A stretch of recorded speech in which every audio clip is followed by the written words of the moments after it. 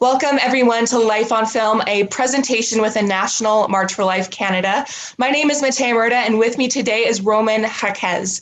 Welcome, Roman. I'm so grateful to have you. Now, Roman is the producer of Blood Money. Roman, can you give us a little bit of your background? How did you get to where you are today? Hi, Matea. First of all, thank you, everybody. It's a pleasure to be here with you. My background in filmmaking began in New York City, living in New York and seeing film sets and television sets on the streets. And the curiosity would cause me to stop whatever I was doing that day so that I can observe. And I became obsessed with the technical side of it and the science side of it, and ultimately the psychology and the creative side of it as well. And fast forward now, and it's been a very rewarding journey. Wow, that's really cool. You got to experience that as a kid. Well, is there anything that we should know before jumping into the film? We're going to have a bit more of a talk afterwards, but what should we know before we jump into it? Well, Blood Money is a very special movie. It's based on people's stories. Nothing about it was curated to make it sensational. And so it makes it powerful in that people are sharing their stories and it cannot be taken away from them. And it has had a fantastic impact positively in the culture and also in the private lives of many people who got to own their own stories and face their fears and be loved and be part of a movement and a community. Wow, that's really awesome. I know from my experience watching this film, it did impact me. And with that, let's jump into Blood Money.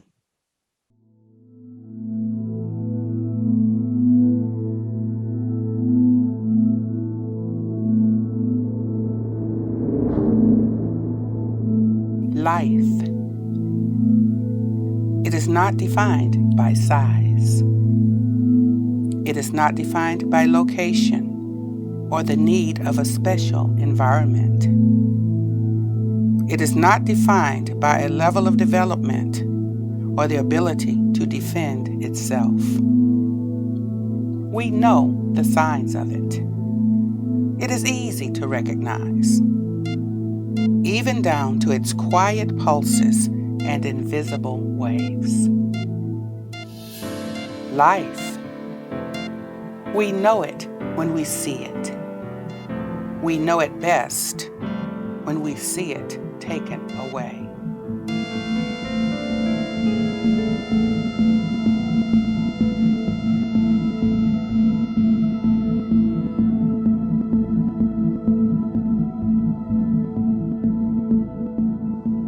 Hello, I'm Alveda King. My uncle, Dr. Martin Luther King Jr. once said, "Injustice anywhere is a threat to justice everywhere."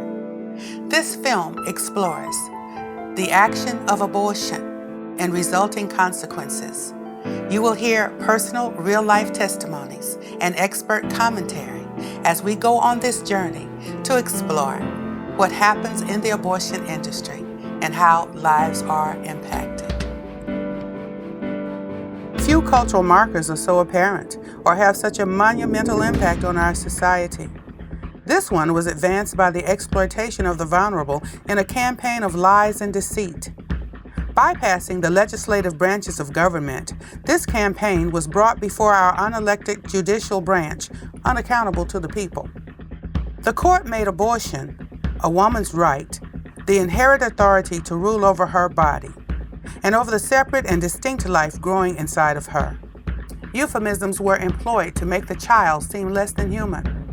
This slaughter was sanctioned not under constitutional authority, but out of the darkest places of men's hearts. Effectively, it is a right to murder. To justify it, the court had to ignore the indisputable facts of science. It was as clear in 1973 as it is today, as it was in the mid-19th century, when state legislators codified abortion statutes in a change of the common law where abortion had been illegal, but only after quickening. This change came after being informed by science that human life began at conception.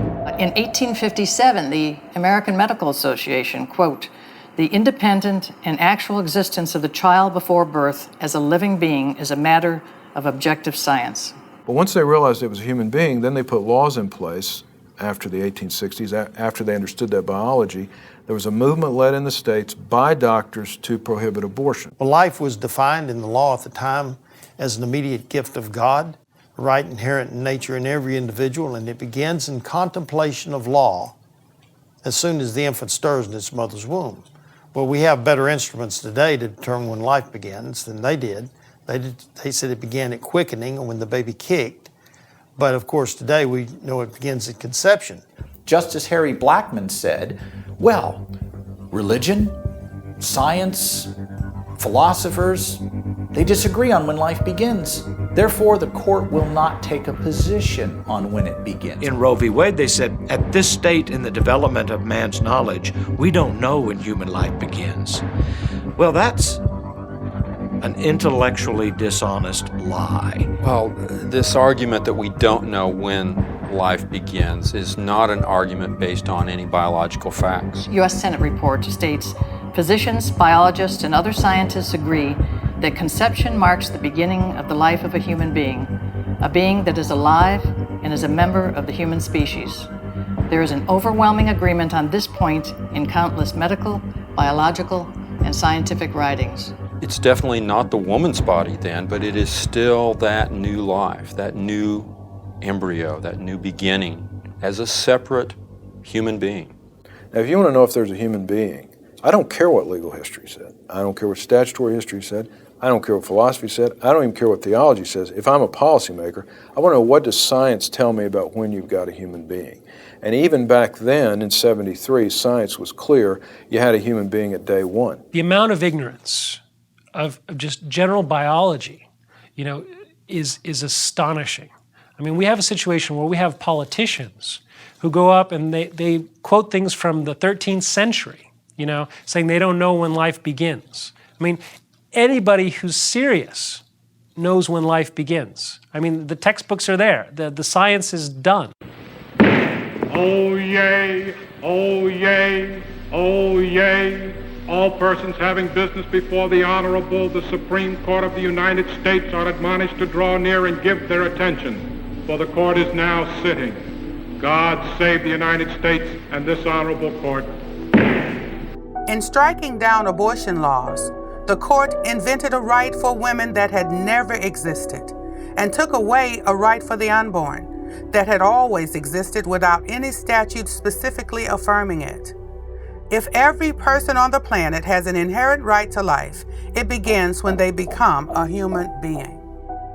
I find nothing in the language or history of the Constitution to support the court's judgment.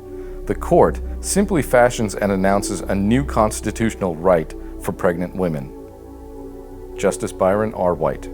The scientific facts should not be called into question. It's almost laughable the extent that some people will go to try to question them. What they would see if you compared the mother's genome and DNA with the embryos, even at that very earliest stage, you'd see that these were two separate and distinct individuals. Distinct, we mean that you were a separate entity from your mother. You weren't part of her, though you were housed in her. And if you go to all the textbooks, you will find that they will resoundingly tell you that yes, when you have those 46 chromosomes, when you have that gender now identified, when you have that self-defining and self-propelling embryo that has all it needs to be continue in development to death, that is the beginning of human life. The embryology textbooks worldwide are uniformly in agreement that from the earliest stages of development, from the very beginning,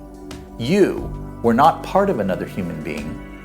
You were your own distinct, living, whole human being. The biology is very clear on when life begins. It's at conception. The heartbeat in a developing human usually starts at about 23 to 25 days, barely past 3 weeks in development. But I've talked to hundreds of abortionists, and I have yet to have one not say somewhere along the line, I'm a murderer. Tony Lebatino said, I'm a hitman. I take pay from somebody to kill their child. You have to remember that I then was in the abortion clinic telling other women that it was a blood clot, yet going back in the back room to make sure all the body parts were there as early as 6 weeks. they're not stupid. They know when life begins, and they know that they end the life in an abortion at any stage. Most women wouldn't kill their child if they were told this is a human being. You have the right to kill it, but it is a human being whose life is being terminated. Most women wouldn't do that. And we need to start using words that are true instead of using euphemisms to cover things up. Product of conception. Blob of tissue. Brother, you're a blob of tissue. I'm a 250-pound blob of tissue. Every human being on the face of the earth is a blob of tissue. But that begs the question, are we going to protect that blob of tissue, or are we going to allow it to be destroyed indiscriminately? The government is supposed to be the protector of our society, guardian of our inalienable rights. Yet for all their supposed wisdom, neither the courts nor most of our elected representatives claim to understand when life begins. Why do they ignore something that is so obvious to science? It might be that to admit life begins at conception, they would be admitting their own culpability, just as they sanctioned the slaughter of 50 million innocent lives. Imagine a court turning its back on history, on the law, on legal precedent, turning its back on the Constitution of the United States. That was our Supreme Court and its justices, ruling as they did to sanction the violent in utero slayings of the innocent, violating their oaths of office, and turning their backs on millions of children who would be denied life. More than a decade ago, a Supreme Court decision literally wiped off the books of 50 states statutes protecting the rights of unborn children. Abortion on demand now takes the lives of up to 1.5 million unborn children a year. Human life legislation ending this tragedy will someday pass the Congress, and you and I must never rest until it does.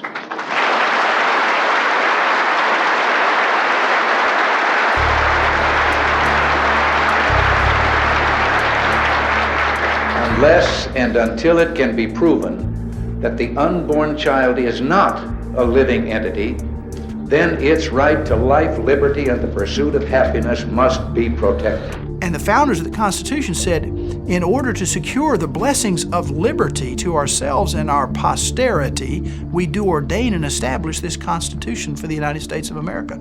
The primary purpose of the Constitution was to protect generations yet unborn and give them the blessings of liberty. No court has authority to contradict the Constitution.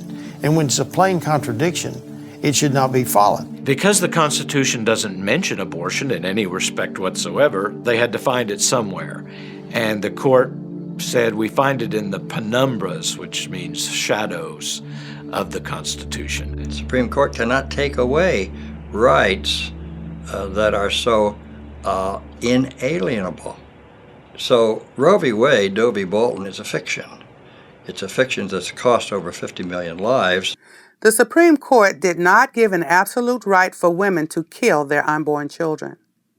In taking away what had always been a state right, they declared murder to be abortion, making it a medical decision, handing it off to physicians to decide in consultation with the pregnant woman. Roe was based on the fact that this should be a decision between a woman and a doctor. At a previous visit, he had very flippantly discussed the possibility of termination of the pregnancy if there were genetic problems with the baby. My oncologist was pretty adamant that it was what I had to do. It was the only choice that I had.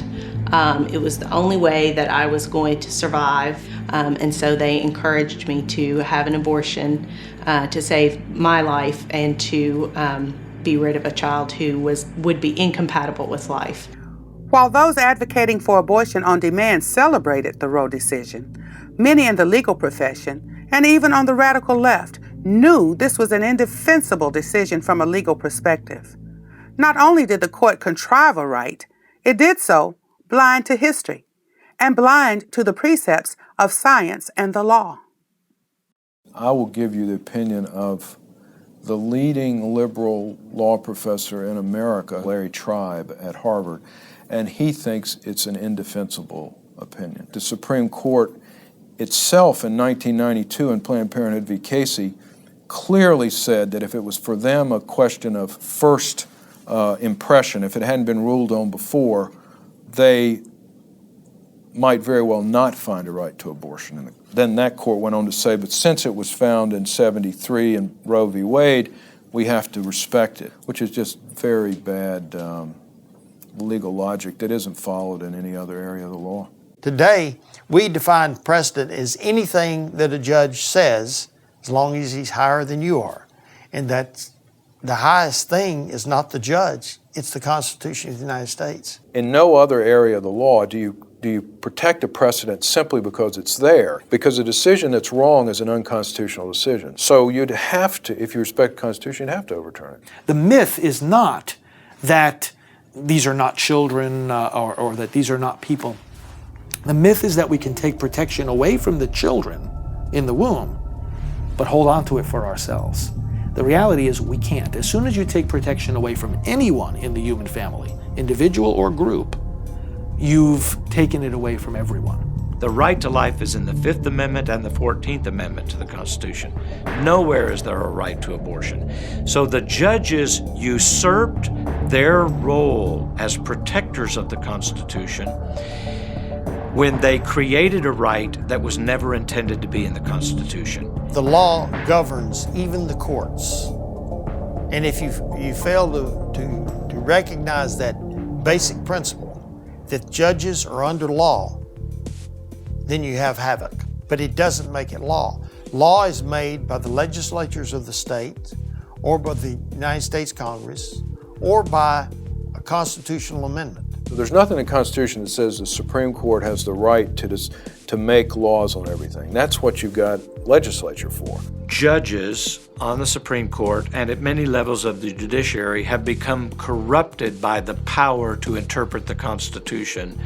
They now believe, and they have admitted in their judicial opinions, that the Constitution means what they say it means, and they can mean whatever they want it to mean. Second thing they said was, because the Supreme Court has resolved this difficult, divisive issue, Americans should accept that resolution because to do otherwise would undermine the credibility of the court. If it was a bad decision by the Supreme Court, why should the American people accept it? They're saying just because the Supreme Court gave it, and that it undermines the credibility of the court to challenge Roe. I think it undermines the credibility of the court to reaffirm Roe. Their oath is to uphold the Constitution, right? So if they're not going to overturn decisions that are contrary to the Constitution, and they know it, and they're only doing it because it's been there for a while, that would seem to violate their oath. The candid citizen must confess that if the policy of the government upon vital questions affecting the whole people is to be irrevocably fixed by decisions of the Supreme Court, the people will have ceased to be their own rulers, having to that extent practically resigned their government into the hands of that eminent tribunal. Well, that was Abraham Lincoln on the occasion of his first inaugural address. He basically said, well, hey, if the Supreme Court's the final arbiter of what the Constitution says, then we have ceased to be our own rulers, and the Supreme Court is our ruler. A predictable outcome that has developed from this fabricated right can be seen in one segment of our society. If abortion continues and the prevailing trend persists, the African American community will see a sharper decline in population, as we are no longer at the 2.1 replacement rate necessary to maintain a stable population. In time, our distinctive population will become politically irrelevant. All we have fought for and achieved to this point in our history will have been for nothing but a brief moment when we did make a difference and did have a say on the American political stage. Silenced at the hands of abortionists. In the United States, since Roe v. Wade, about 10% of the white race has been wiped out by abortion. 28% of the black race has been wiped out by abortion. For every 5 African American women that get pregnant, 3 choose to abort. Every day, 1,452 African American children, just under 4,000 overall, are killed in the womb by abortion. African Americans make up 12% of the population, but basically 36% of all abortions. So we are disproportionately affected by abortions. And the racist aspect of it, yeah, it's very clear. They're having abortions at twice the rate of the rest of American society. That doesn't happen accidentally. Abortion happens when people are targeted. After 35 years of abortion, we have lost 14 million lives. We only make up 25% of all of their other services, with almost 45% of the abortions they perform. Each woman has to have 2.1 children to maintain a stable population in a developed country like the United States. For the first time in 2003, the black population went under 2.1. Replacement with the next few years, the black population will actually begin to decline. As a black American, I know that most folks rank slavery as the worst thing that ever happened to America.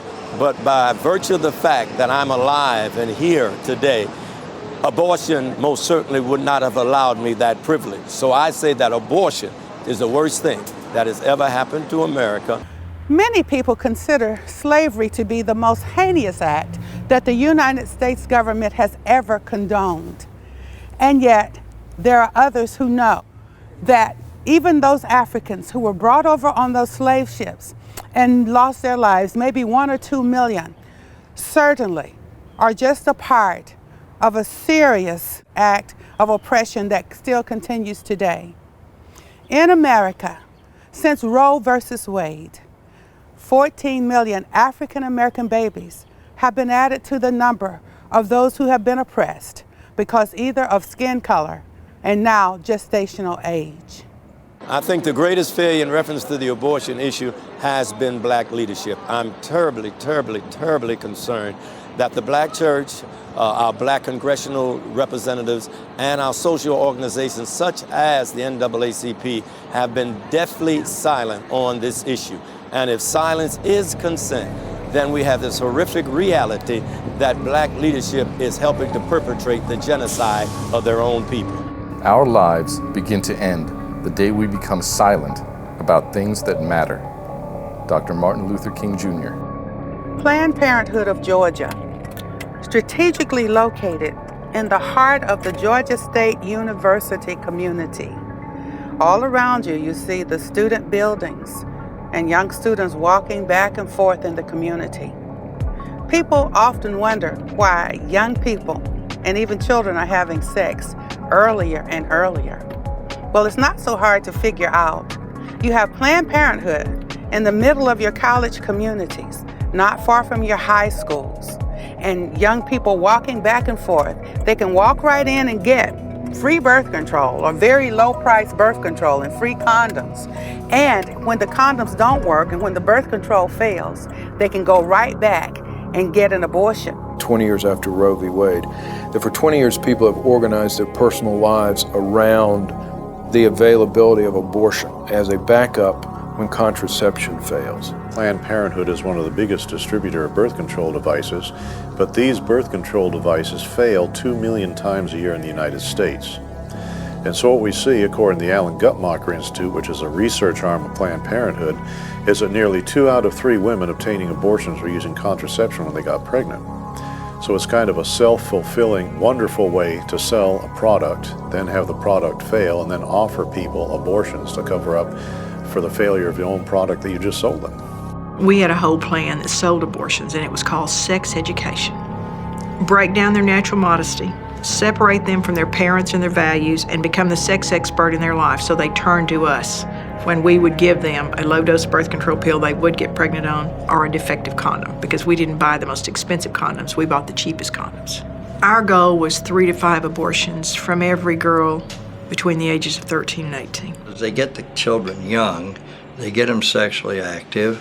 They say if they can only get a girl about at 16 to have an abortion, they got her for 3 or 4 more, because she'll remain sexually active. They give them contraceptives. They get the cheapest brand of everything, and yet they put on this front that they're helpful, and they've got everybody fooled. We gave them a low-dose birth control pill that in order to provide any level of activity had to be taken at the same time every single day. The girl wouldn't take it accurately, and if you miss that thing, the protection is out of her system. The sexual activity goes from 0 or once a week to 5 to 7 times a week. She doesn't take the pill properly. She gets pregnant. And who does she call when she's pregnant? She calls us. We're the experts. And we were ready. We used a script designed to overcome every single objection. That's what sales is. Overcome the objection and you get the order, in this case, the abortion. And when she calls, the first question is reassure. And so the girl confesses, I think I may be pregnant, and the counselor, who's really a telemarketer, that's all they're trained to do, sell over the telephone, but we call them counselors, says, we can take care of your problem, no one needs to know. And then the first question, what's the first day of your last normal period? And she gives this so-called counselor the date, and she says you're 8 weeks pregnant. She didn't say you might be 8 weeks pregnant. She didn't say you could be. She said you are 8 weeks pregnant. So she has planted the first seed in this long marketing thread. And the sad thing is, in this girl's mind, she is the expert. This is the pregnancy expert. And the next question is this good news or bad news? If it were good news, she would not be calling an abortion clinic. It's bad news. And when she replies bad news, this counselor moves right in because now she wants to identify the fear, to use it to reaffirm that abortion decision anytime that girl moves away. And if she says, well, maybe I need to think about this, your parents will kill you, you'll have to miss drill team, the abortion is sold. What's in a name? Sometimes people wonder why Margaret Sanger chose the name Planned Parenthood for her organization. Initially, Planned Parenthood was called the Birth Control League. People thought the word control was too intimidating, too threatening. And so they said, let's make it sound like something nice, Planned Parenthood. So when people look for us, they think we want to help them plan something that's good for them. So therefore, we have the name Planned Parenthood. How deceptive. Planned Parenthood helps people through the influence of Margaret Sanger, its founder, to sterilize people, to abort babies, to murder babies, and to hurt women. Planned Parenthood performs the lion's share of abortions in America, all under the name of something that sounds so helpful, Planned Parenthood. Margaret Sanger said that she wanted to rid the world of human weeds, and the Nazis said exactly the same thing, life unworthy of life. She was a racist and eugenicist, and the purpose of her organization, which was originally called the American Birth Control League, was summed up by one of its mastheads on the Birth Control Review, which was to breed a race of thoroughbreds. Another one of the mastheads was birth control, a sure light in our racial darkness. One of the people who sat on her board, one of her most trusted advisors, was Lothrop Stoddard, who wrote a book in 1922 called The Rising Tide of Color Against White World Supremacy. And in it, he said that crossings with the Negro are always fatal. Margaret Sanger, when she started the American Birth Control League and later Planned Parenthood, had an agenda, a eugenic agenda to quote unquote get rid of the inferior races. Planned Parenthood today refuses to admit that Margaret Sanger is a racist. We do not want word to go out that we want to exterminate the Negro population. And the minister is the man who can straighten out the idea if it ever occurs to any of their more rebellious members. Margaret Sanger. While no direct link has been established between Margaret Sanger and Adolf Hitler, there are enough Nazi connections to see that their thinking was in line with each other and that they shared many of the same twisted ideals. This is little known, but in the United States, forced sterilization of minority women only stopped in 1972.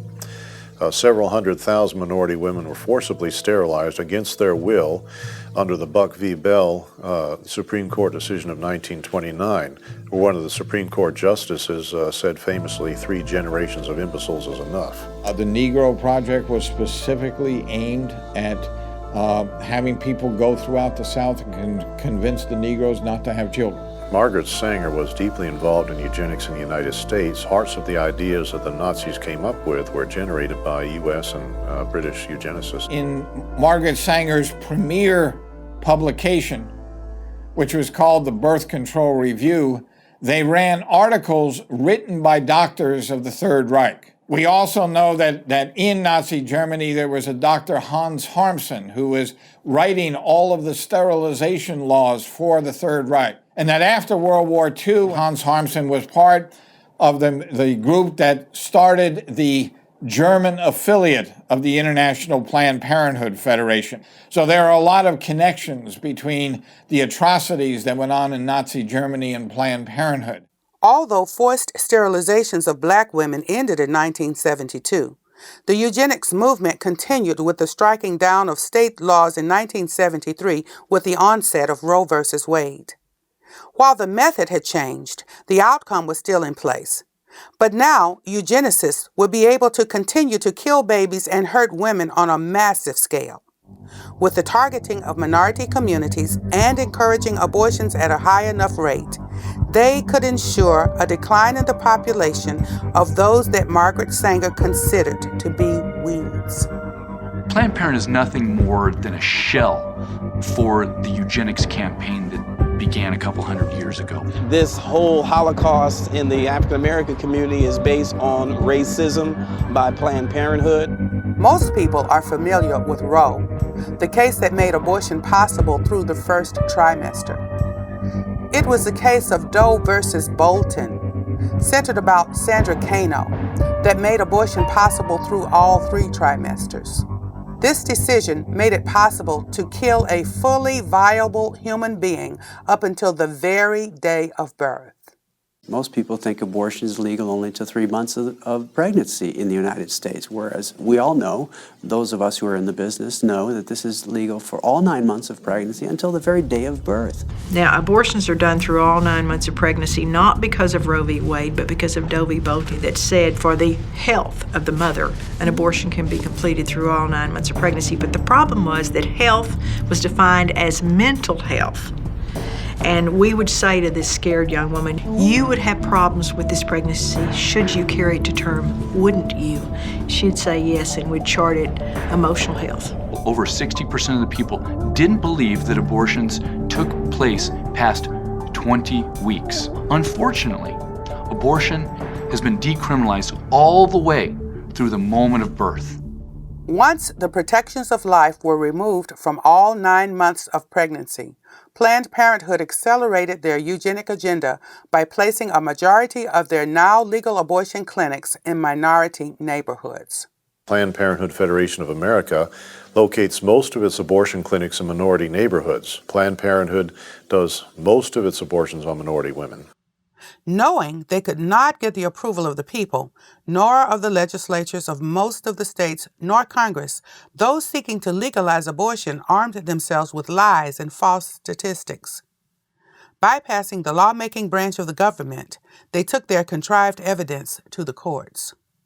In NARAL, we generally emphasize the drama of the individual case, not the mass statistics. But when we spoke of the latter, it was always 5,000 to 10,000 deaths a year. I confess that I knew the figures were totally false, and I suppose the others did too.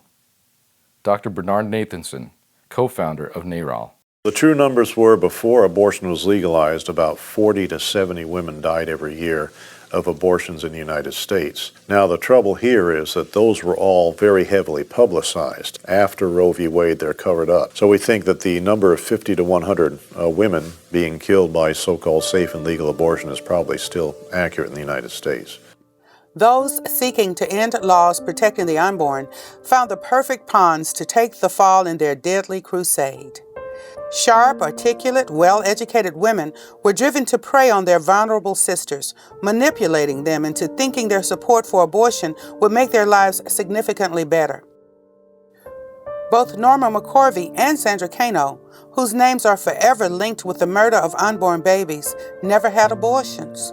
They gave life to their children while shrewd lawyers used their names to suck the life from millions of other so-called unwanted children. Sarah Weddington and Linda Coffey had to have a pregnant woman who would sign the form, who would sign on the dotted line. I am not an Ivy League person, never have been. When I came along, I was just like the prize they had waited for. You know, I was illiterate, you know, I wasn't, I was more self-contained than I was about the world. I mean, I was trying to live each and every day, and they knew that. and they took full advantage of it. But I think all of this was underhanded. I went to her innocently. I didn't have money. I needed a divorce, and I wanted my 2 children home. She had put the point to me, if a woman and a man work, should they not be able to make the same amount? They did the same job. To me, that made sense, and I said, sure. I had no knowledge that this was to do with abortion or trying to legalize abortion. I went down to Linda Coffey's office. I was trying to read what I was signing. And they said, oh no, don't worry about it. We're your friends. We're going to help you. I never had to go to any of the court proceedings. The only thing I did was sign the piece of paper that brought Roe versus Wade into being. While these lawyers were calling for the right of choice for women, where's the choice when only one option is offered? That's an essential fallacy in the woman's so-called right to choose. In most cases, it's not a choice at all. A decision is reached without all the facts or based on misinformation. Other options are not presented, and a deadly course of action is forced on a woman. We have to talk about something that uses lies, coercion. The number one slogan for abortion is pro-choice. And the ironic thing about that slogan is that when you ask women who had abortions, why did you have that abortion? The number one response is, I felt that I had no choice. A majority, maybe upwards of 80% of abortions in America happen with some form of coercion. In other words, not the woman's choice. I had this one lady that called me one afternoon, and she said that she wanted to make an appointment for her daughter to come in and have an abortion. I said, does she want to have the abortion? Well, you know, it's not her choice. So I went to a counselor, a Christian counselor, and she kept saying I needed to have an abortion and that this was not a good thing for me to do and it wasn't going to be good for my kids. Then I told my fiance, then I told my mother, then I told my other family members. All of a sudden, everybody's like, you can't do this, you can't do this, you don't want to do this is not good for the kids, this is not good for you, this is not good for our marriage, I don't want to raise this child. He would have been somebody who would have changed the dynamic of our family. And the relationships that they would have created would have changed everyone that they interacted with. But they're not here. In abortion, it's not about choice, it's about despair.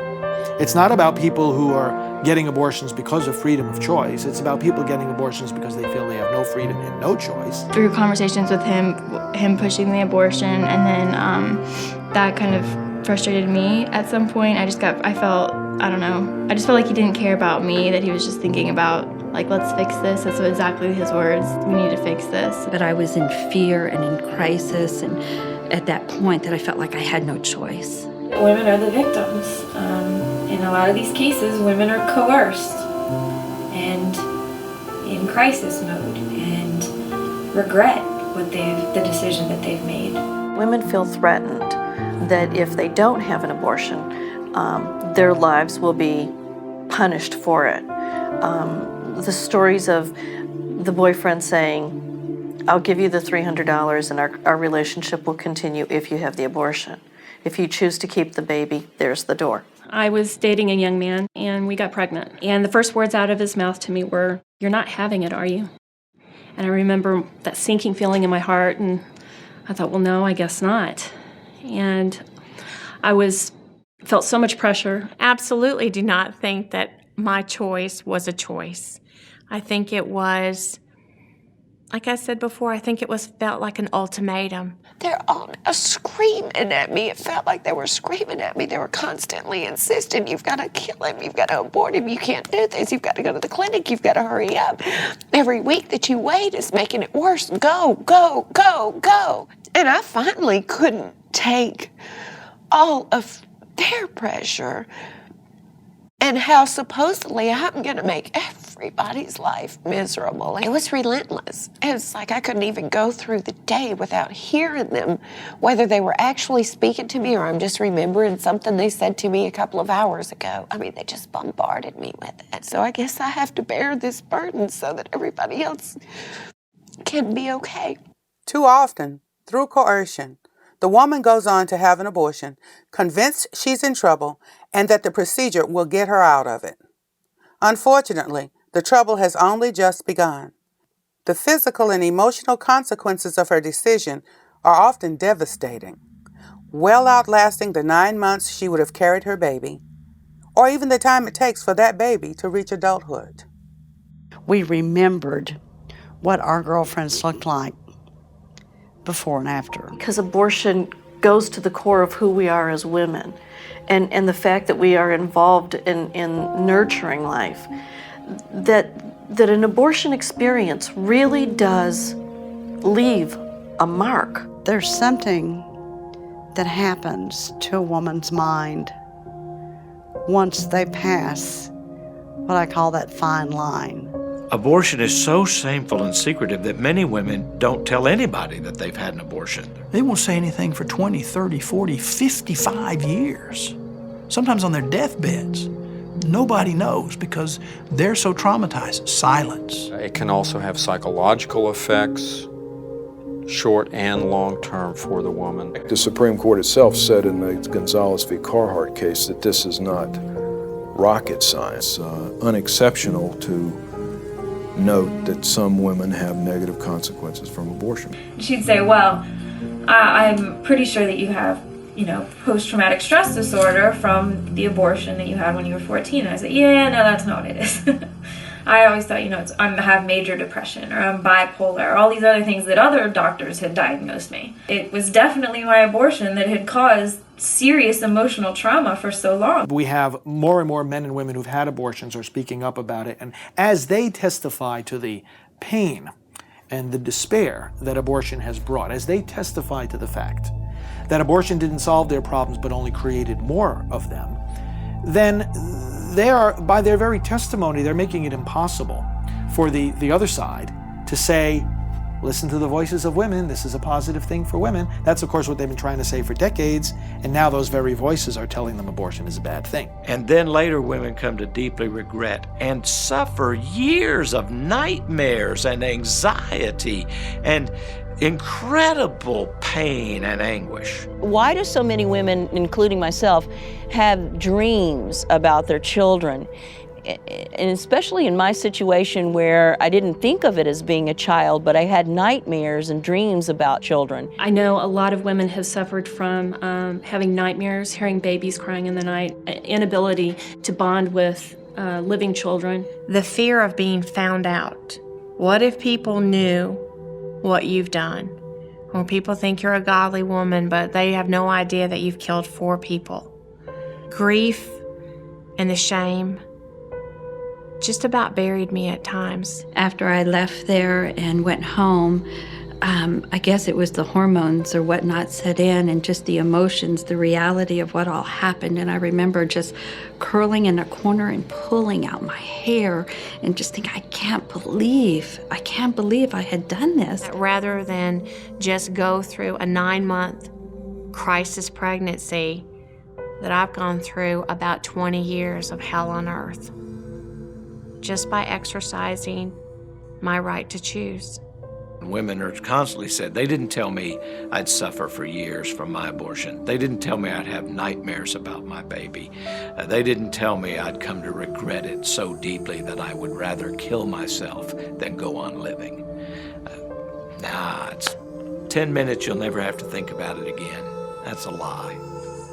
One of the most devastating effects of abortion on some women is suicide. Some studies have indicated that teenagers who have an abortion are up to 6 times more likely to take their own lives within a year of having terminated their pregnancies. Many more women contemplate and even try suicide in an attempt to end the pain that they feel.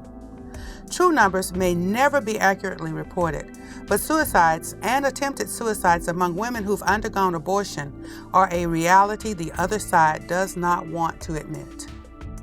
I figured the only way to escape the torment was to take my own life.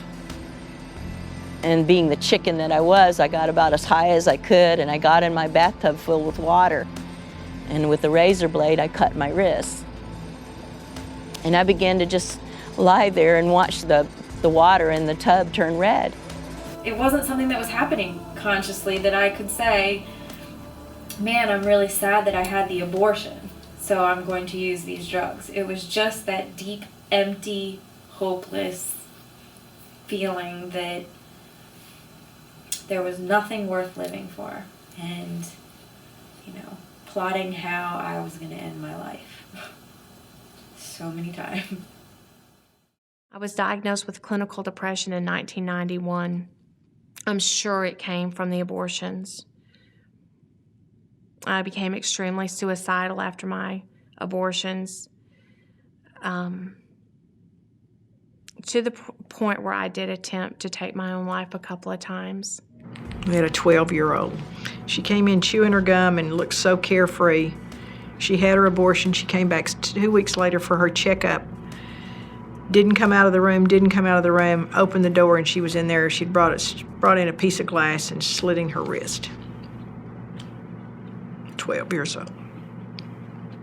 But we all have that moment where we realize that we are moms and we killed our children. It's pretty sick. It's a sick feeling.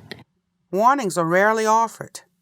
Women are seldom told the full story of what they're getting into when they authorize an abortionist to kill the baby inside of them. Even if the known consequences and after effects like breast cancer, barrenness, and other female trauma, even if it only impacts half the women or a quarter of the women, wouldn't it be better to let them know what they might suffer from their choice? Wouldn't it still be wise to let them know every potential risk? The government mandates warnings on every other potential danger. Every pack of cigarettes, every alcoholic beverage, every package of medication carries a warning of potential health risks. Why not a warning on something so life-changing, so life-threatening as an abortion? There's a lot of evidence of physical and psychological consequences. Then there was a big study out of New Zealand about 2 years ago that showed long-term consequences. Abortion can have long-term consequences on the woman in terms of affecting her fertility. Many women become infertile. They suffer from other problems with their female organs and end up having to have complete hysterectomies, never able to conceive or have other children. One of our ladies, the power of the suction machine from the abortion was so severe that it caused her fallopian tubes to collapse and she was never able to have children. Abortion is surgery and carries significant risks. Unlike surgeries that will save a life or relieve suffering, abortion is an elective surgery of convenience that is rarely performed to save the life of the mother. I wasn't in for all of that abortion. Somebody else was in there with him. But I went in toward the end, and I'd never seen that much blood. I mean, you know, just blood everywhere.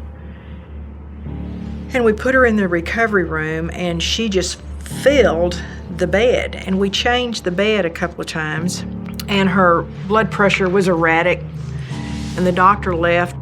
I was really worried about her, and I tried to call him. And her boyfriend kept wanting to go home, and her blood pressure stabilized a little bit, but I just didn't believe she was, you know, it's just like that feeling you have that she's not right. At 10 o'clock, the boyfriend said, look, if there's anything happens, I'll call you immediately. And at 4:30, he called the doctor, and he didn't take the history, and he said put her in a tub of hot water, and when he did, the last little bit of blood in her body ran out. And he called me about 6 and said, she's dead. And he immediately started telling me how he was going to do the cover-up. And somehow it all worked out, and the autopsy didn't show anything, and no charges were filed, and nothing happened. The newspapers didn't call, nobody came. We killed that woman and did abortions the next morning. And many times you'll see a young lady who's been killed by abortion, and on the death certificate you see something like spontaneous gangrene of the ovary or therapeutic misadventure or something like that. The families are so hurt by what's happened and shamed that their daughter had this abortion and died from it or whatever. They don't come forward. You see, abortion makes a doctor almost lawsuit-proof because the woman is so ashamed that she went to get an abortion that even if he butchers her so that she has to have a hysterectomy, they aren't going to say anything to anybody about it, nothing, because they don't want anyone to know. We had one girl, 22 years old, a model, who danced in, jumped up on the table, laughed at the doctor that she didn't wear underwear. She was 22 weeks pregnant. We put her on the table. Now, there's a maneuver called the Hansen's maneuver.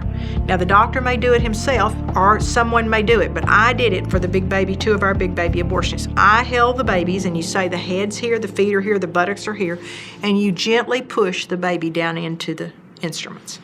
And the first time this doctor went in, he pulled out omentum. That's the lining to the intestines. He literally perforated her uterus and was pulling her bowel out her uterus with the very first time he went in with the instruments.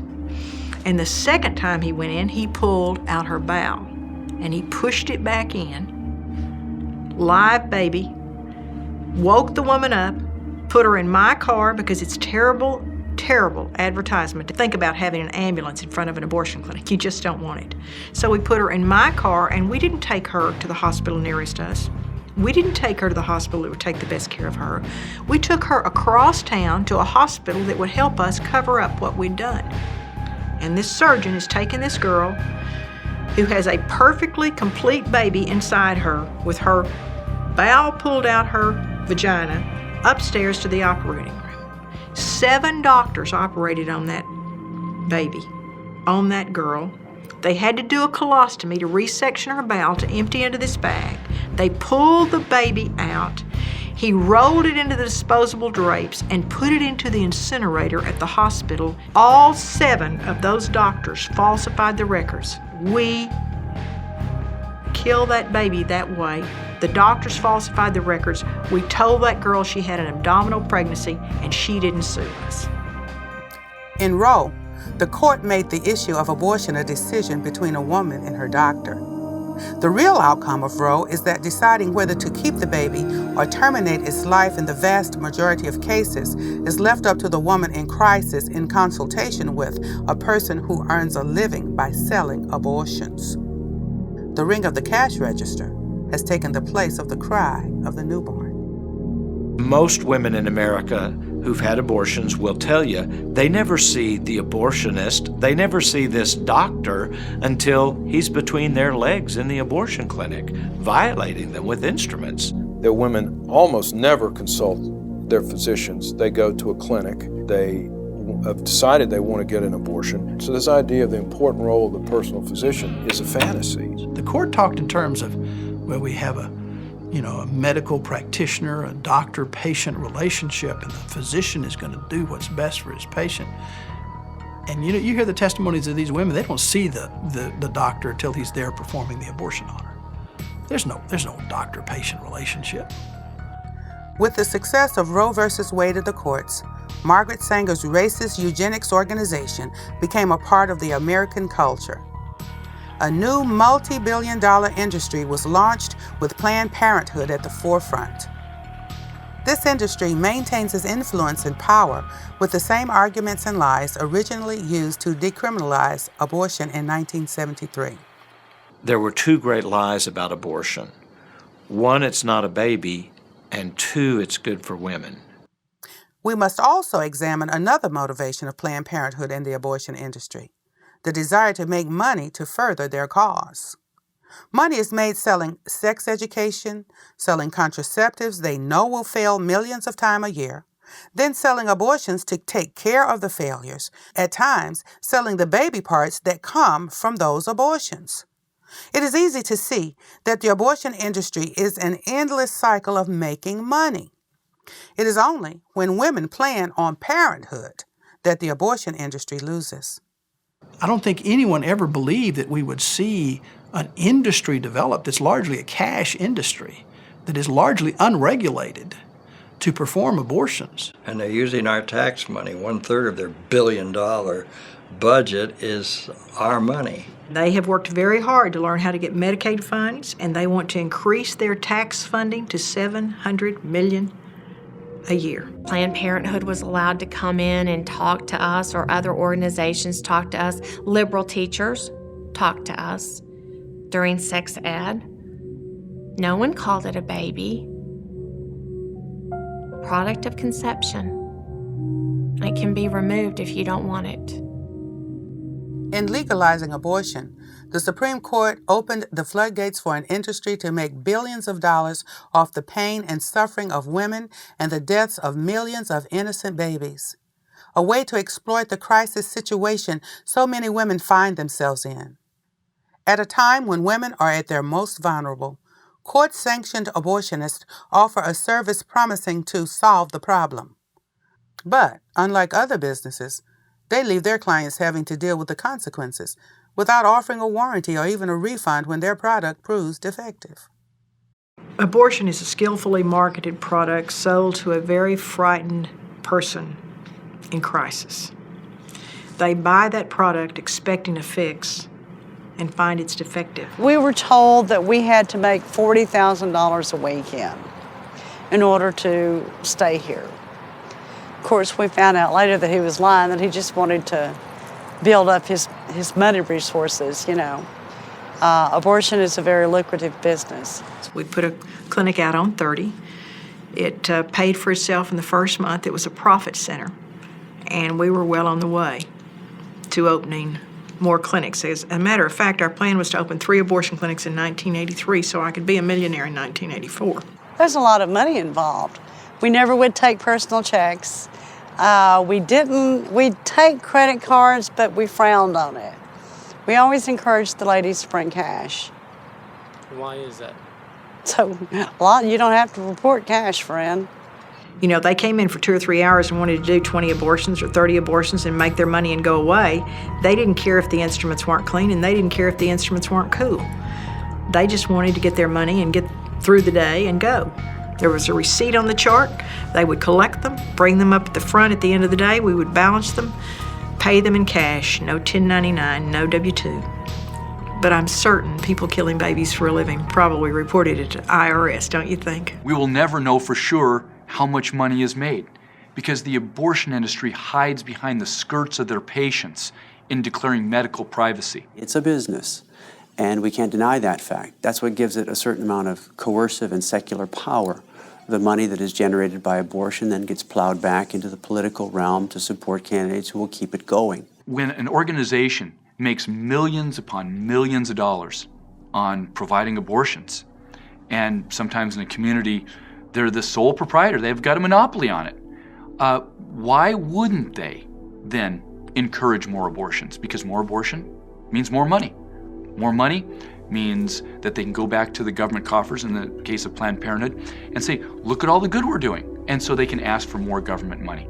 Planned Parenthood is expanding now. They're building gigantic abortion clinics in anticipation of socialized medicine because they hope that if a Democrat becomes a president of the United States, there will be socialized medicine brought in, and then they can charge between $1,000 to $1,500 for even first trimester abortions and have them all paid for by the government. The abortionist has a financial interest in the woman having an abortion because he gets paid if she has an abortion. He doesn't get paid if she doesn't.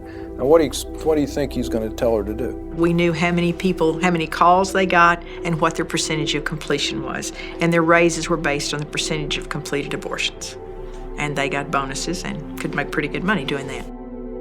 If helping women were at the heart of the abortion industry, the so-called service of ending the baby's life could be offered for far less money than is typically charged. The clinic could remain in business and still realize a profit. But that's not it.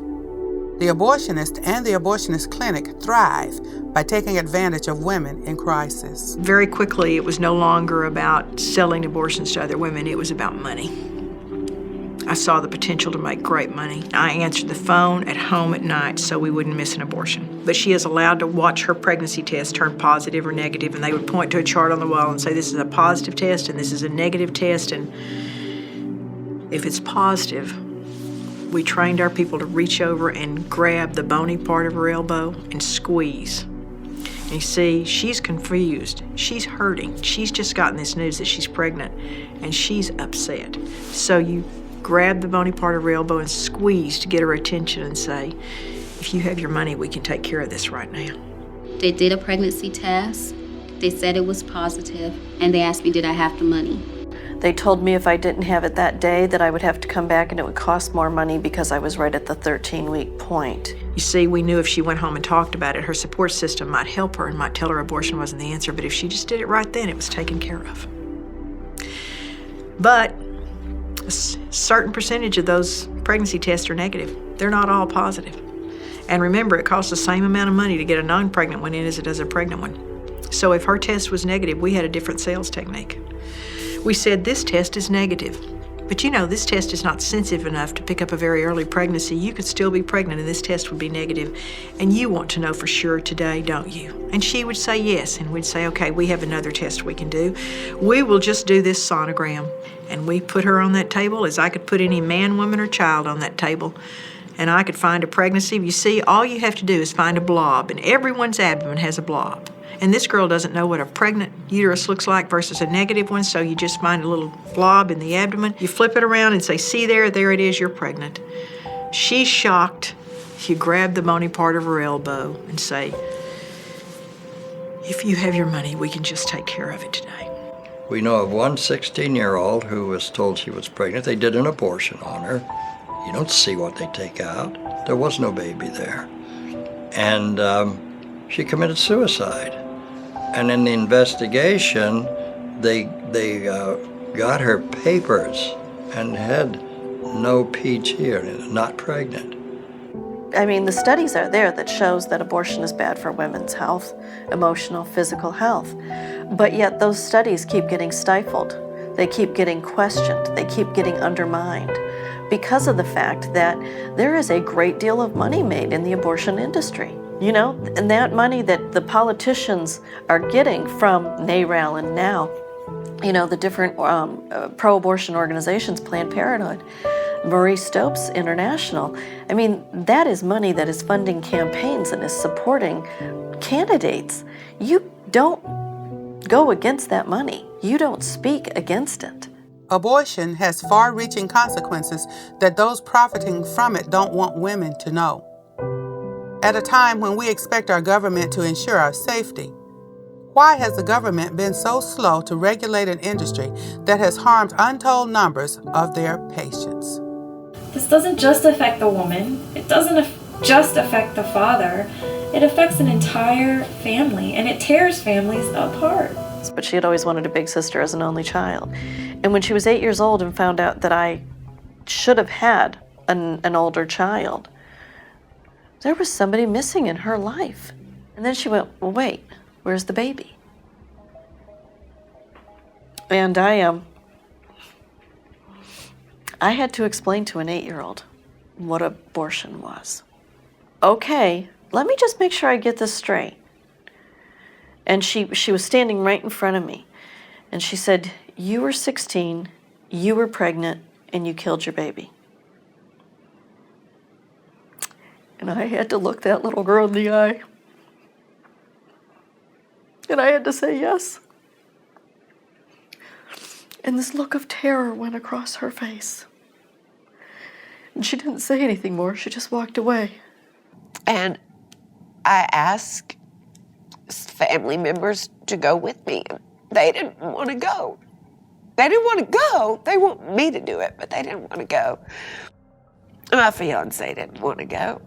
I finally found somebody who would go. Anybody that was telling me to do it, none of them wanted to go.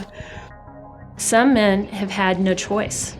The woman chose abortion without them, and they didn't have any control over it. Abortion steals the destiny of not only women, but of the men who participate, the men who've lost children, of their families. It destroys relationships. A man had come to our table. I had an exhibit booth, and I was explaining to him the work that we do, and he looks up at me and tears are streaming down his face, and he was sobbing like a baby, and he says, it's been 35 years, and I still hurt every day from it. We can't be silent anymore. Millions of women's lives have been devastated, and the fathers, we just write them off. They're just forgotten about. But I'm telling you, the multitudes of people that have been hurt by abortion, it's just unfathomable. With Roe, the Supreme Court took away from the states the right to restrict abortions within their own jurisdictions, but it was thought that the states would regulate the clinics that performed the procedure. The truth is, for years, they were left alone. The dirty back alley abortionists simply moved into the open without cleaning up their operations.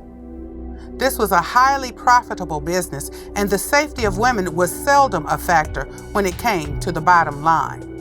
You know, we were doing 20, 30 abortions an hour if we could, at least 20. We had 21 sets of instruments. That's all we had. So we couldn't possibly bring those instruments out, clean them, sterilize them, bring the temperature up in the sterilizer and then 20 minutes sterilization and then cool them down. I've had more experience than I'd like to have ever had on the dirty, filthy conditions inside of abortion clinics. When we were in Southern California, we would chase these little rotten abortionists around LA and San Diego and Orange County, and they would set up in these little strip malls, literally sign a lease today and be killing babies tomorrow. We would go and dig in their trash cans, and they would take the cash receipts and throw them away, and the babies would just be thrown in with the daily trash, obviously violating all the health codes in the book. Well, yeah, I mean, we had an infection rate of about 75%, you know, but that was just from unsterilized equipment. Our complication rate at the end of my time, last 18 months, was when about 1 out of every 500 had a major life-changing surgery or died. We had one woman die. But because there are no real statistics, and if you can cover it up, you don't report it, and none of ours were ever reported. So we don't really know. Some of the conditions we send our operatives in, and I've been in there personally, you'd see literally blood on the floor, blood on the walls, you know, cockroaches and mice feces. Some of these places, you wouldn't want to get your hair cut in these places, let alone have a very invasive surgical procedure. The big hospital in Dallas will tell you, the doctors will tell you that they saw botched abortions or see botched abortions all the time. One of the reasons we were able to regulate the abortion clinics in Texas was because of the bad abortionists that had been reported. I mean, one girl died and they went in to examine the clinic and they were using rusted instruments and had no sterilizer and no hot water. The life of the woman who decides to abort her baby will never be the same. There will never be a day when that decision won't affect her in some way, physically, emotionally, or spiritually. But the consequences of taking a baby's life aren't hers alone. The men and women who work in the abortion industry pay a price as well. Seeing the killing of innocent babies day in and day out takes an enormous emotional toll. But no one talks about what happens inside the abortion clinic. And everyone fights. It's the most chaotic place you can imagine. The doctors fight, the nurses fight, everybody's taking drugs, everybody's on drinking, it's, you know, they're having affairs. This movement is surrounded by so many lies and distortions and obfuscations that the vast majority of people haven't the slightest idea what an abortion is. But it's pretty gruesome to look at that baby and see that it really is a human being. And, you know, no different from you or me except in size. I recognized I'd been involved in the death of 35,000 babies. The murder of one woman who bled to death from a second trimester abortion. 19 women who'd had hysterectomies or colostomies. And never had one appeared in the newspapers, no lawsuit. But the thing I couldn't deal with was the fact that I had taken the life of my own child by abortion. You can't deal with death and lies on a daily basis without being greatly affected by it. And nobody worked in that clinic that didn't go to the back and put babies' parts together. And even if you didn't put the parts together, there were times when you walked back there and they were on a towel. I conscripted a fellow gynecologist who was doing abortions at that time to put an ultrasound transducer on the abdomen of women who were having abortions, which depicted the fetus being chased by the abortionist and ultimately killed, sucked out, and decimated. I already knew that what was going on was not right, but during this 5-day process, they would insert this expandable seaweed thing into your cervix to slowly dilate you over the 5-day process.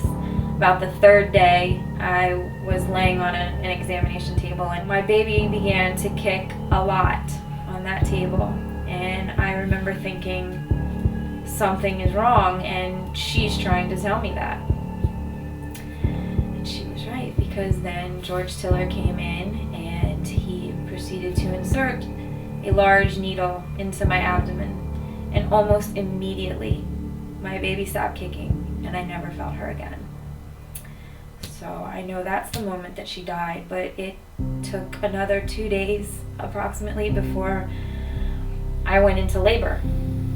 The nurse would, walk down the line, shove her hand under the blanket, feel around, and if she decided that you were dilated enough, you got wheeled into another room.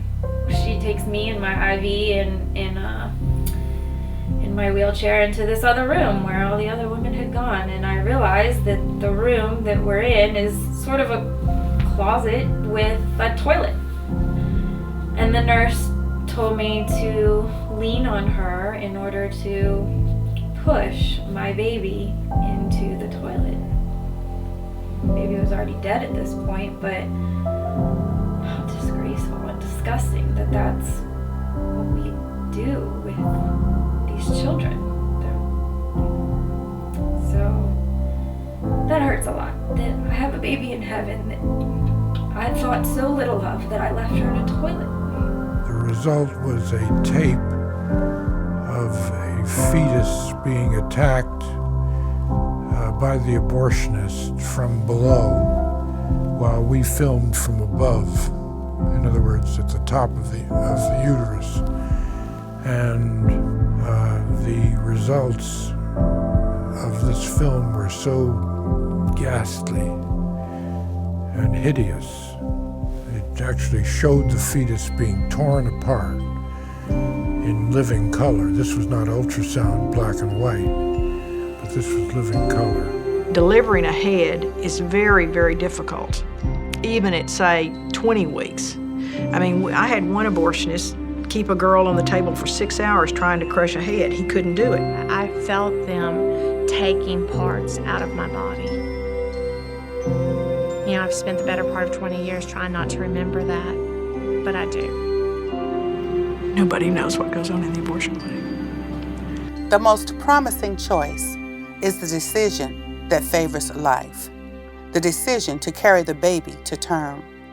In virtually every community all across the United States, there are organizations and people willing to help for the sake of a life that deserves to flourish. Organizations and people who are not driven by the desire to make money off of the despair of others. These are loving people who truly desire to help the woman in crisis make a choice, the right choice. Every day, all across this country, people from every walk of life and socioeconomic background rise up and rally to the cry of their hearts, to bring an end to the lawlessness and inhumanity that is abortion. From sidewalk counseling, trying to save that life at the last moment, to marches that show our elected representatives that this matter is of the utmost importance, to the organizations that try and heal the women wounded by this brutal act. Slowly, people are waking up to the understanding that abortion is wrong and needs to end, and that we as a society must see the end of this injustice. We, the people, are beginning to come to the realization that life, even life from conception, is the primary inherent right of all humanity. That movement there is the heartbeat.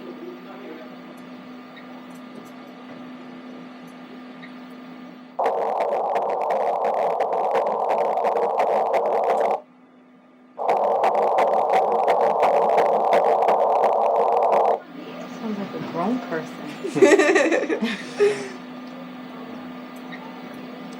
The heartbeat is 176 beats a minute. That's good.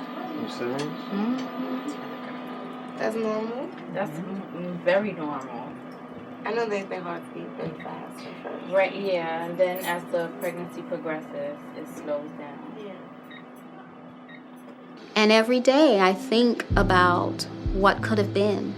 What could have been if I had my baby. They just don't know about the resources and they're in complete despair. So we need to be there to love them and to show them that we care for them and to get them the help they need. So if there's a woman that's considering abortion, that to not buy that lie, that they will miss the greatest blessing of their life. And these women need to hear that, that they're special and loved. It helps 100%. Because they don't want to necessarily see like big posters and signs of what they're doing. They know that it's wrong. They know. They want to hear that they're loved and that there's hope. Everyone that had an abortion was encouraging me not to have an abortion, basically telling me to learn from their mistake, learn from them that it's not what I need to do. When you're fighting for your life, you need to know what you're fighting for. And if what you're fighting for is life, then how do you destroy a life in an effort to fight that fight? It's almost hypocritical. I'm fighting so hard to save myself that I'll kill someone else to get that. When I share about what I've done, it's with the hope that I can reach one woman with the truth about abortion so she will not make the same choice I did. That she will not buy the lie. Once you heal from that abortion, all of those issues that were in your life evaporate. They go away. They get resolved. I needed to let it go. I needed to let God forgive me. And once I did, and once I really put a face on that problem, I've never had those issues with depression. It was pretty much all just about the mother, and basically it was like the child didn't even matter. It was, 100% just a mother's health issue. We knew we'd done the right thing regardless, but she, from the moment she was born, responded completely appropriately for a newborn baby, and there was no reason to think that there would be anything that would come up later. I had a boy. He's 2.5 now. If you look at it in terms of the continuum, I know scientists like to divide, and of course we divide things into different categories because that's what we see. That's the best way we can actually consider the scientific facts that we're finding. But the fact doesn't change that this genetic entity that already has a gender can continue on to death. Sadly, I think if at any time one of their fathers had asked me not to abort them, I would have definitely kept that baby. I carried my baby to full term, and I gave her up for adoption. And I'm happy that I did. Is that abortion is really, to me, the ultimate exploitation of women. And none of that is being discussed, because the reality is once it starts being discussed and we really blow the lid off of this issue, and the truth has really come out about what abortion does to women, let alone the unborn baby, our dead babies, it will be over.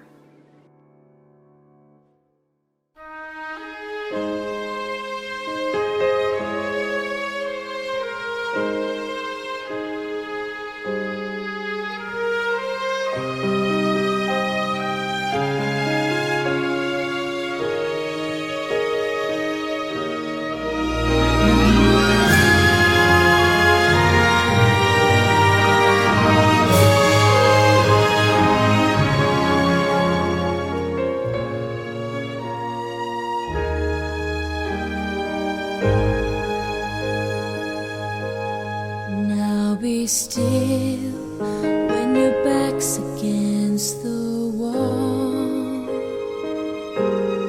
Victory, there seems no hope at all. I'll be your wings that soar so high, this side of paradise. Now be still until strong. Here I am, I'm your fire when it's cold. Here I am, I'm your guide when you lost your road. I'm your armor in the fields of war.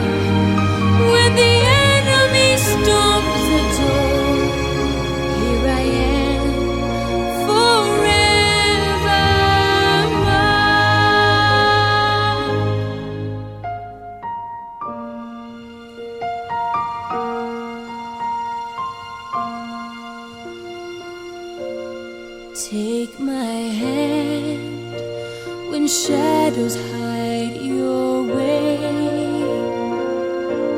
Take my hand, there'll come a brighter day. For the love of you and me is for eternity.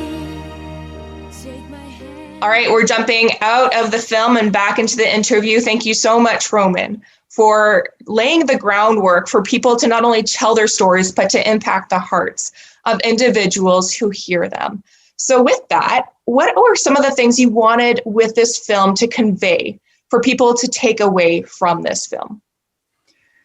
Well, first, thank you all for watching it. You know, there were many things we wanted people to walk away after watching it.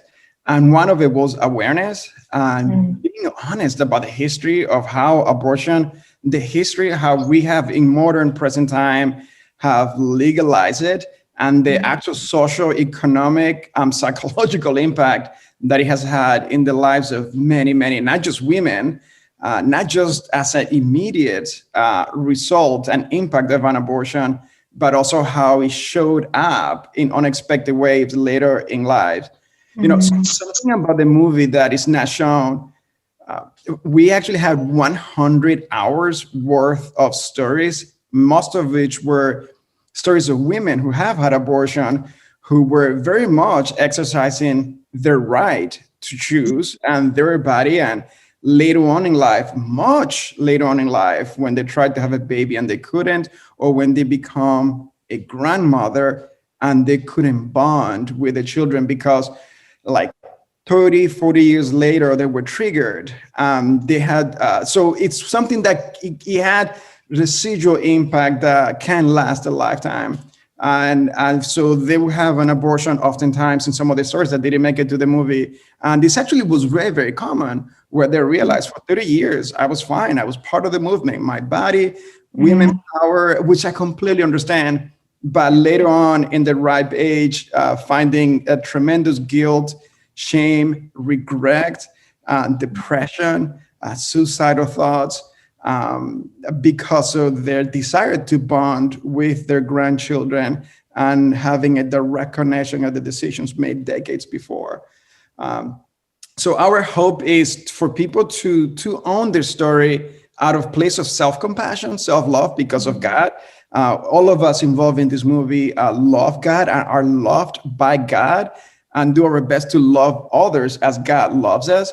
So there is an underlying ton of love in the movie. It's a difficult subject to have, but ultimately after watching the movie, we want people to feel loved by God and not rejected based on their decision, especially for those who had an abortion. For those that have not had an abortion, to actually love and be compassionate and to change hearts and lives by love. Wow, that's awesome. I love how you said it really is all about the people and about loving on them, touching them. And that's the most important thing truly in this movement. And that's what your film Blood Money conveys. So what are some of the things you have on the horizon? How can people get involved in your work? Where can they find the film? All those things. Well, in the horizon, oh my goodness, I actually, having said this publicly, but since late last year during the pandemic, I've been working privately with my dear friend, Julie Woodley. She's a trauma therapist. And we partnered with 17 renowned therapists and psychiatrists who specializes in trauma. So we have put together this curriculum to help men, women, and children heal from trauma. And we designed these 17 steps from healing from sexual trauma and trauma from abortion and trauma from life, from deep grief and such. And Harvard University got a word of what I was doing, contacted me through LinkedIn. And now a scientist from the Department of Neuroscience is helping with the biology of trauma. So we have this. Oh my gosh.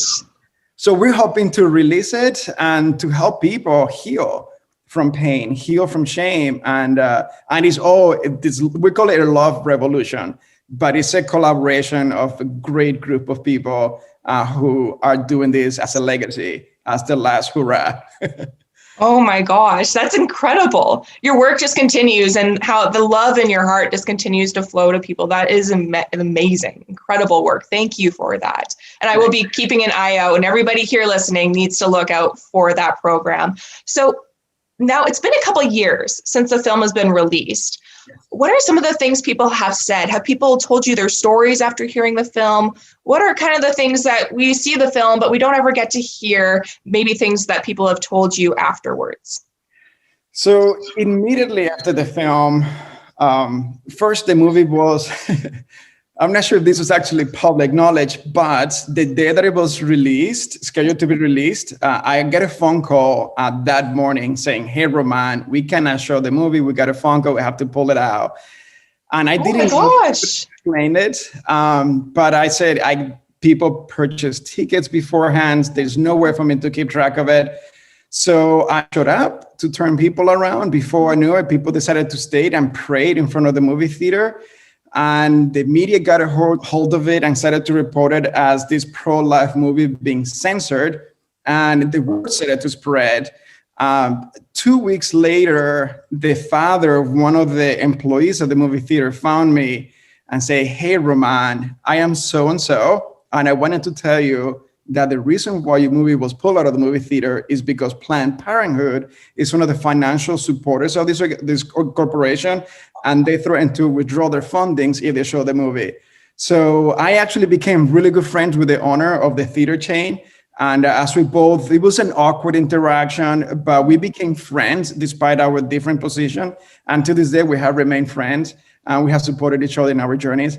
But so that's something that happened immediately. And of course, besides that, we got so many letters and emails from people saying how their lives were changed or sharing their own stories and asking for help with resources. So connecting. Most recently was last year at the March for Life in Washington, D.C. For the past several years, I'll do the March for Life in Washington, D.C. And then the next day, I started to do the Women's March, which is the complete opposite of the March for Life. Oh my gosh. So, I was curious to understand the position. So I started to march and just engage in their dialogue and ask them questions. So instead of counter protesting, I want to be shoulder to shoulder and understand what they were protesting about, why they were protesting in the Women's March. And there were a couple of things that happened that really changed my perspective, even how I engage in pro-life dialogue. One is that we actually have a lot of things in common. We are all walking to fight for women's rights. How we are approaching it is very different, but we have that common ground. We are defending women. We are loving women, the moms. And none of them, as I engage in conversation, inherently had a heart of hatred or a heart against the babies themselves, but their mindset was skewed and deceived in a lot of, when it comes to understanding life and the value and the personhood of the unborn baby. So that was one thing. Number two was that there was not a coherent message throughout the march. In every pocket, there was like micro communities or where some were protesting against the president, or some were protesting for same-sex marriage, some were protesting for same pay. So there was a lot of different messages. So that was very interesting. And two, they were really, really funny. In a lot of the signs, they got really creative, and I found myself having a lot of giggles. But we were able to engage in conversation and find that common ground and recognize that we are not enemies, and gives another an opportunity, at least in my case, to exhibit compassion. I think of Romans 2:4. It says that it's the goodness of God, the kindness, the compassion of God that leads us to repentance. And I recognize that the counter-protesters in the pro-life towards the Women's March, it was a clash. And something else that I learned in the Women's March is that they are convinced that some of the signs are like depicting aborted babies, that it is fake, it is Photoshop, and it is not real. A lot of the people that I interviewed and engaged in conversation with are so convinced that the pro-life marchers are based on lies and making things up. So that was really interesting to me, that the effort that we put in to send a message, to persuade and to love and to rescue them, for lack of a better word, was not going anywhere because of their mindset and persuasion. So someone recommended me, like, hey, you have to watch this movie, Blood Money. And I was listening. I was like, oh, hey, man, I actually made the movie. And so I was like, oh, so that was really fun too. Wow, that is incredible. Oh my gosh. I love the fact that you actually went to the Women's March and chose to listen and have dialogue. That's something that in my job, I try to do every single day, because we can so often, as you said, give a message and give it and give it and give it. But unless it's being received, or even understanding the hearts of the recipient hearing our message, we're going to constantly be in a clash, a battle almost of thought and of speech. So thank you for sharing that. That's very empowering for people to hear. Now, going forward, what can we expect from you? I know you have this other project on the go. It's very, very cool. I'm super excited about it. But going forward, is there any other either message that you would like to send to people, or are there any other films on the horizon? Is there anything in the works that you'd like to let us know about? Certainly. Let me see, how do I say this without break? There is something. There are a couple of projects that I'm producing. These are feature films, and thematically they are around trauma and also around adoption. So I'm really excited about that. There's a really unique story that I'm pursuing. It's based on a real life story of a child that was adopted from China, and 22 years later, we're able to reconnect with the adoptive family. And that's probably all I can say right now, but it is an epic story of reconciliation, restoration. And the uniqueness of this story is that it actually has incredible support from both governments, the Chinese and the American government. So it's a really unusual opportunity to do something with the support of the Chinese government.